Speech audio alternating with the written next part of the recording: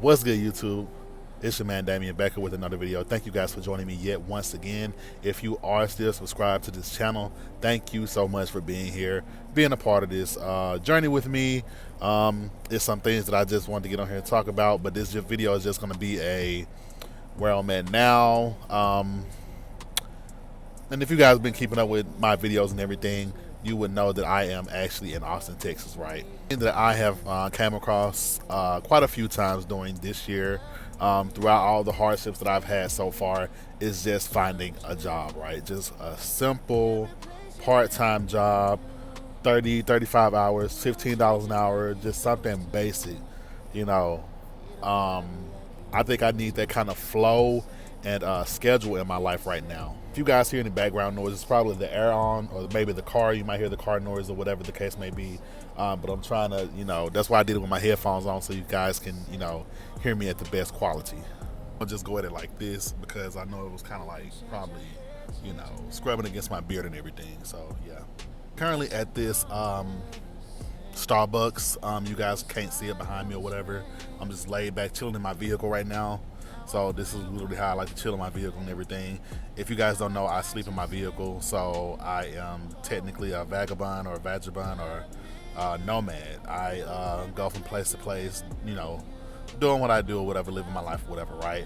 But what has allowed me to do that is Uber, Lyft, and Instacart. Now, I can't even lie. I love these apps. Don't get me wrong. However, I do need a job or whatever because I'm going to say for me, I just figured out along the way that I need a schedule. But nonetheless, I think these apps are actually dying, in my opinion, and mainly because they're trying to just mainly go into the realm of, making things quicker for people, knocking the middleman like me out the way or whatever, right? So Uber has already started to do that in a way. Now, I seen their plant, or pretty much their headquarters over in South Austin, where they have multiple Waymo Jaguar vehicles, nearly $200,000 assets over there, right? So I'm pretty sure they have like probably more than likely over $10 million in Waymo vehicles over there at that, at that location, right? And my thing is, there's nothing wrong with that, but it seems like they're trying to phase us all the way out, because they're tired of us complaining about this and everything, right? And so of course we kind of knew it would come to this or whatever, right? And my thing is, it started out when people actually were making good money or whatever, right? Now, I wasn't a part of that group. However, I came in around the mid time or whatever, the middle stages when everything was kind of dying off, or pretty much the boom in how much you could actually make was dying off. I remember one time I made almost 400. No, you might as well say I made $400 in one night. This was from New Year's Eve to New Year's Day. I definitely remember that time. It was actually one of my most. It was the best day. I'm gonna say the best day that I have on record that I can recall that I made the most money in a day doing Lyft. It was mainly on Lyft because that's the time that Lyft was actually doing the streaks. So if you did like a streak of 3 rides back to back, you'll get a certain amount of extra money. If you do like 5 rides back to back consecutively, then you'll get a certain amount of money on top of that after you finish the 5th ride and everything, right? So I was doing that specifically. So things like that would add up over time, right? And probably some other, types of things were going on as well. But my thing is, it's not like that anymore. Uber has changed a lot, Lyft has changed a lot, but I use Lyft more often than not. And although I, although I prefer the user interface of Lyft over Uber, Uber actually does make more money on than Lyft on a daily basis, and I can generally just make more off of Uber in general. So going back to the point of me sleeping in my car or whatever, right? It's kind of hard for me to have a schedule because generally when I try to get out and work, I try to get out and work when it's the best times for me to work. Like right now in Austin, especially in Texas, and it's different for different states because different states they pay differently. I noticed because I'm from Mississippi, right? And I noticed that me driving and doing things in Mississippi, people generally they'll charge people more in Mississippi versus people down here or whatever, right? In Texas in general. And so basically, with that being said, do Uber Eats, or I can do I can drive people around, right? So I got a few options or whatever the case may be. Um, but I think in the middle of the day, I rather prefer doing Uber Eats because I don't like doing Uber Eats at night because you can't see people's apartment numbers, nothing like that, and it's very frustrating when people just be chilling. They probably on there getting zooted, you know, and I'm just out here trying to find out where they at, and they didn't probably put it in the wrong address, or the restaurant might have closed early, closed down, or whatever the case may be. I'm like, stuff that's just not my problem or whatever, right? But nonetheless, you can generally make money. And then I try at nighttime to actually do, drive people around because usually after 10 o'clock, that's when you make some of the best money. But I found that after 11 p.m., that's when you make some of the best money as well. But of course, per me sleeping in my vehicle, then I can't get the rest that I need because I'm a heavy set person, right? You know, and so it's kind of hard for me to just get the rest that I need and then be up late at night to make the money that I need. So I stay up, and when I'm staying up and trying to make money at that time, of course, that's I can't make money, or I can't make the time that I actually need to make money most effective because I didn't get to sleep when I needed to have gotten to sleep. So honestly, I'm at Starbucks trying to get this job, so I'm finna go up in here and actually see, hey, if I could at least talk with a manager or whatever. Because I ain't gonna even lie, this is the location that I really want to work at. It's over here on Barton Springs and South Lamar. Yeah, Barton Springs and South Lamar. Starbucks. It's not too far from this other place.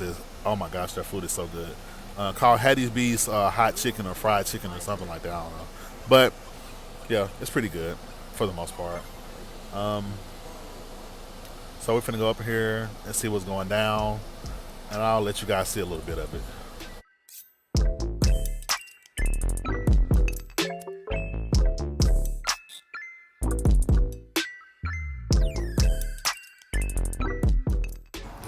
All right, so just did a meet up with a manager or whatever.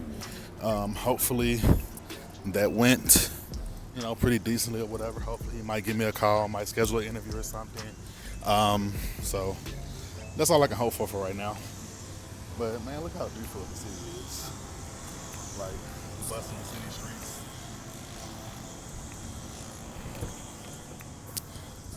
I'm just trying to. My dog's just trying to find a bone. Not in that way, y'all know what I mean. I'm just trying to find my little money. All in all, without Starbucks, I think I do have another job opportunity with this place called Whole Lotta Soul. Now, if you don't know what Whole Lotta Soul is, it's definitely a pop-up shop, ghost kitchen, pretty much ghost kitchen or whatever I said, pop-up shop. Yeah, it's a ghost kitchen that has some pretty good soul food and everything, right? That being said, my first time trying Whole Lotta Soul was a couple of days ago, right? I had the oxtails with rice and beans, and I had some canned collard greens, and I promise you that was probably like the best food I ever had since I've been down here. And I kid you not, it was a 10 out of 10 in my opinion. I only got the rice and the beans to, of course, mix with the oxtail broth, right? Second time I had gone, I got the fish, right? Now, honestly, I think it's fairly priced because a lot of things are high as I don't know what down here. So, hey, I'll pay nearly that $30 price mark or whatever for some good soul food or whatever and all that good stuff or whatever. Now, don't get me wrong. This guy was from New York and everything. And since he's a New Yorker, I don't know how things go in New York. But, I mean, sometimes, I'm going to say with me, I just be kind of feeling like just people be rude, man. Like, people just be rude. but maybe I don't know what level of rudeness is rude, because I haven't explored other places like New York or California to understand or comprehend what their version of rude is. So, I know today was an off day for this guy, because he works alone, right? And he was looking for somebody to help him out. And so I sent him my stuff yesterday. He said, "Oh, send me your resume, and you got to get the food handler's license and all that good stuff," right? As soon as I left, I went to go do that stuff or whatever. Finished it up the next day. I paid like $4 for it, right? It was nothing to it, right? Come around today, I called him because I didn't want to bother him. At least yesterday, I called him. Of course, he didn't answer. So I hung up, and I was like, okay, well, maybe he'll just call again tomorrow or whatever. He ended up calling me right back. Since my phone was on Do Not Disturb, it went straight to voicemail. So I seen that as I was, getting ready to, swipe away from the screen and everything, that he just called me back. And so that's when I called him back, and I was like, hey, this is, D from the other day or whatever about the job or whatever. I was just trying to see that you received my information and everything, this, that, and da. He was like, oh yeah, I know who this is and everything. And now he didn't say it in a mean way, but it came off as kind of like, honestly, like, I guess that boundary kind of thing or whatever. I feel like that's what it was. So I don't know. I'm not gonna take it too sideways or whatever, because hospitality is different for different people. So I am trying to get past that right now. But anyways, he was like, I guess he was just calling me back to say that, I'm with my family right now, and but this is basically what he said to me on the phone when I did call him back. He was like, yeah, I'm with my family right now, and I'm off today or whatever and everything, right? Understandable. But you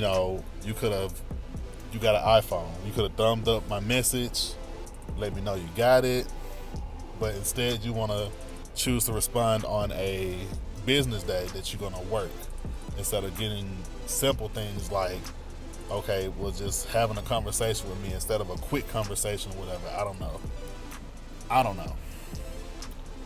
I guess I understand it, but I really don't.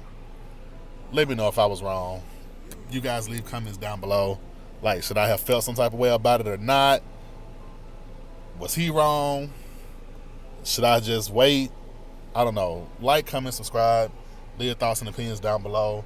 And I'm definitely going to be posting more videos and stuff like this or whatever, because honestly, I be needing a little bit of guidance sometimes or whatever. No, not too heavy on me, right? Not too crazy on me in the comments, okay? But yeah, much love. Peace out.